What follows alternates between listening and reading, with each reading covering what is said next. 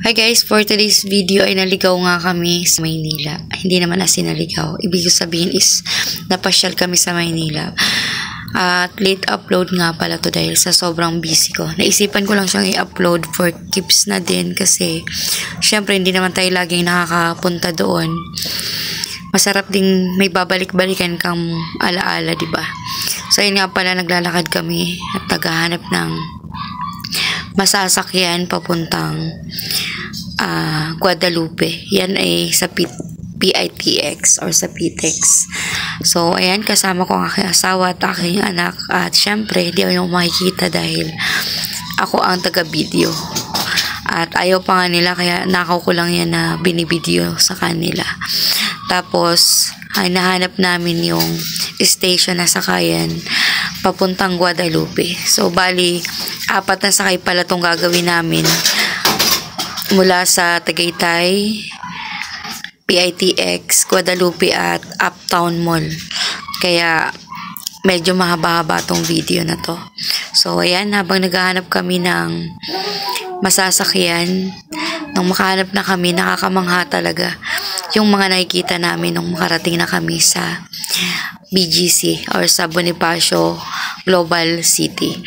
Dito nga sa area na to kami pumunta kasi may sadya kami. Kukuha ang asawa ko ng kanyang back pay dahil nag-resign siya sa kanyang work dahil may bago na siyang nilipatan na malapit sa amin. So kaya ayan, napagawi kami at ito yung building na pinasukan namin para mag-claim siya dyan ng kanyang back pay. At nakaka-bless naman kasi mababait sila. Ang bilis lang na process ng back pay tapos mabilis din ni-release. At yun nga, nang makuha na namin, pauwi na kami niya, napadaan kami dito sa magagandang pasyalan. So sabi nga ng anak ko, mapagabi tayo kasi mas maganda dito ang kapaligiran kapag gabi. Kaso naisip namin na mahaba ang biyahe kaya mahihirapan kami pabalik ng Tagaytay. Kaya ang ginawa namin is nag-ikot-ikot lang kami saglit. Tapos, ayan, nag-video-video, nag-picture-picture sa mga magagandang tanawin. Kasi hindi namin makakaya pang mag-stay. Ang nakakatuwa dito, katulad niyan, maraming mapagtatambayan na mga upuan na may mesa. Diyan nga sa isa sa mga yan kami kumain. Nagbaon kami ng sari-saring pagkain na kasi dito kasi ang mamahal ng bilihin. Kahit na yung mineral water na tag 25 pesos sa labas, dito doble na ang presyo niya.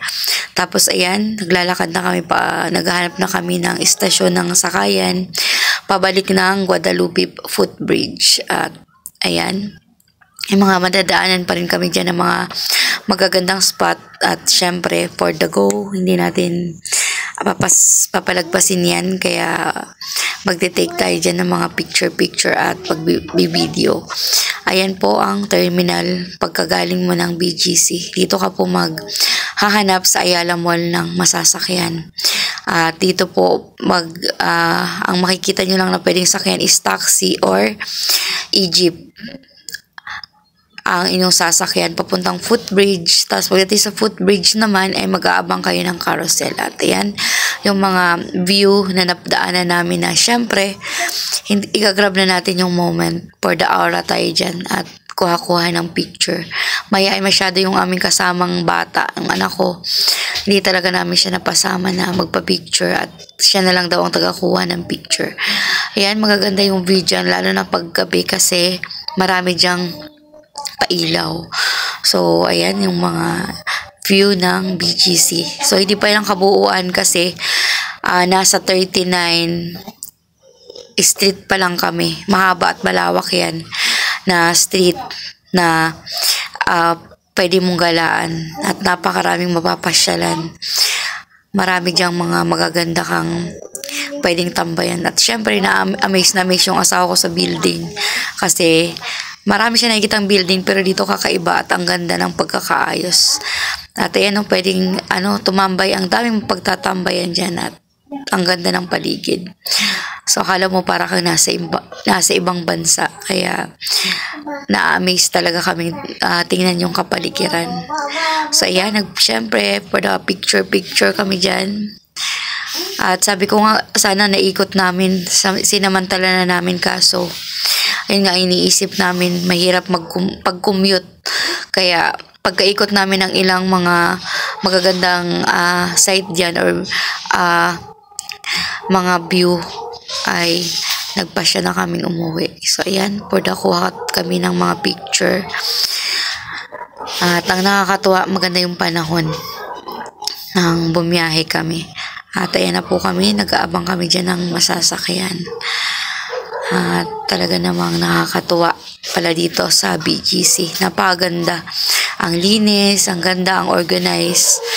Tapos walang mga wire kang makikita na nagkalat. Talagang siya, para ka nasa ibang bansa. Kaya nakakatuwa palang mamasyal dito. Lalo na kung may sarili kayong sasakyan. Mas maganda kasi malilibot ninyo ang kapaligiran ng hindi napapagod. Kasi sobrang lawak ng lakarin o lalakarin para mo siya maikot. So, ang iba nag-i-scooter, ang iba ay may mga sinasakyan para hindi sila mapagod sa pag-iikot dahil talagang medyo malawak po talaga. At ayan, pabalik na po kami. Nakasakay kami ng carousel. At papunta na po kami niya ng footbridge ng Guadalupe. At ayan pala,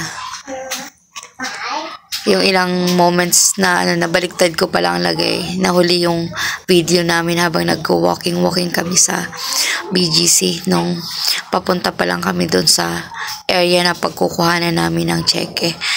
Kaya masipag talaga ako mag-video. Ang problema lang is yung storage ng phone ko medyo hindi ganun kalaki para mag-imbak ng maraming video kasi full storage na po siya agad pagka dumating ng 5 minutes. Kaya almost 1 minute lang talaga kinakat-cut ko yung mga videos ko kasi ang hirap na pag napo-full storage siya. Ang ginagawa ko na lang is yun nga, ini-edit ko na lang para mapuno siya or makombine ko yung mga videos, hindi talaga pang mahabaan. So ayan, thanks for watching, bye!